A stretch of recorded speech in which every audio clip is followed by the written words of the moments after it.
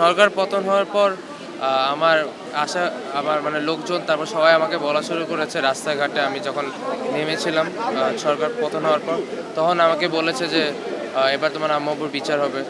তো তখন আর কি আমার হচ্ছে এই ট্রাস্টটা বেড়ে গেছে। আমার কাছে মনে হয়েছে যে ইনশাল্লাহ এবার হওয়ার অনেক সম্ভাবনা আছে। আশা করি এই গভর্নমেন্টটা আমাদের এই উপহারটাকে দিবে। আমার কাছে সব প্রথমে নর্মাল লাগতেছিল, তারপর লোকজন আর কি রাস্তাঘাটে যাই আমাকে চিনছে, আমাকে বলছে এবার তোমার আম্মু আব্বুর বিচার হবে, এটা বলেছে। তো তখন থেকে আর কি আমি মোটিভেট পাচ্ছি। আমি হচ্ছে এখন এ লেভেলস দিচ্ছি, এ লেভেলসের ফার্স্ট ইয়ারটা দিচ্ছি এস আর কি। আমি আপাতত কোনো স্কুলে নাই, আমি আর কি প্রাইভেটে আছি, মানে ইংলিশ মিডিয়াম তো প্রাইভেট থেকে এক্সাম দেওয়া যায় ওখানে আছি। আমি টিএসসিতে করেছি, আজকে আমি জিমনেশিয়ামে এখানে আসে করছি।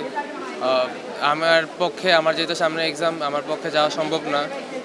এখানে আমি যদি কিছু না করি নিজের কাছে অনেক খারাপ লাগে, তাই হচ্ছে আমি এখানে আমি যতভাবে হেল্প করা যায় করার চেষ্টা করছি, ঢাকায় বসে যতভাবে হেল্প করা যায়।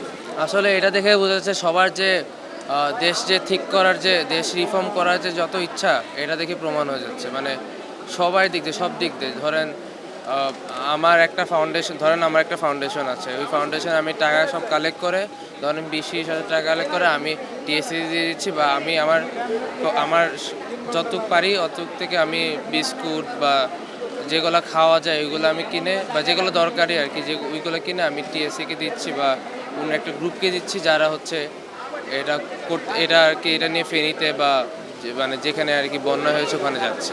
আমি জাস্ট চাচ্ছি যে বন্যাটা মানে তাড়াতাড়ি হচ্ছে চলে যাক। আর আমরা চাচ্ছি যে লোকজন যারা মানে বাসা বাসা বা যে ক্ষয়ক্ষতি হয়েছে ওইখান থেকে ওরা যেন তাড়াতাড়ি ওদের রিকভার করতে পারে।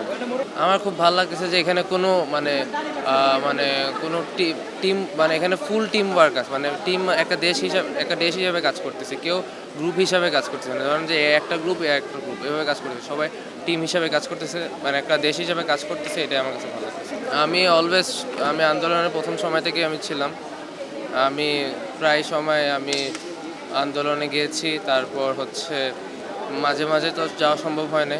তো যতদিন যাওয়া সম্ভব হচ্ছে অতবার আমি হচ্ছে অ্যাটেন্ড করেছি। এলো মুক্ত চিন্তার স্বাধীন দৈনিক খবরের কাগজ। এখন খবর হবে নিখাত, নির্ভীক, নিরপেক্ষ।